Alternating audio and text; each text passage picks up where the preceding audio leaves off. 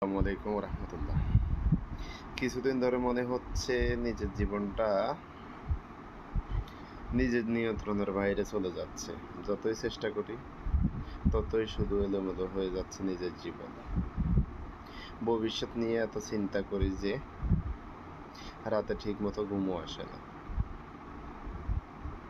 মাথায় শুধু একটাই প্রশ্ন, আমি কি ঠিক পথে আছি নাকি ভুল পথে আছি? এটাও বুঝতে পারতেছি না। যাকেই বলি অথবা যেই বুঝতে পারে সবাই বলে সময় সব ঠিক করে দেবে, কিন্তু অপেক্ষা জিনিসটা যে কত কঠিন সেটা শুধুমাত্র সেই মানুষটাই জানে যে অনিশ্চয়তার মধ্যখানে আছে, অনিশ্চয়তার মধ্য দিয়ে চলে। কাউকে আর বলতে ইচ্ছে করে না, তাই সব কিছুর মধ্য দিয়ে নিজেকে হাসি খুশি রাখার চেষ্টা করতেছি। আল্লাহ সহায় হন। ধন্যবাদ।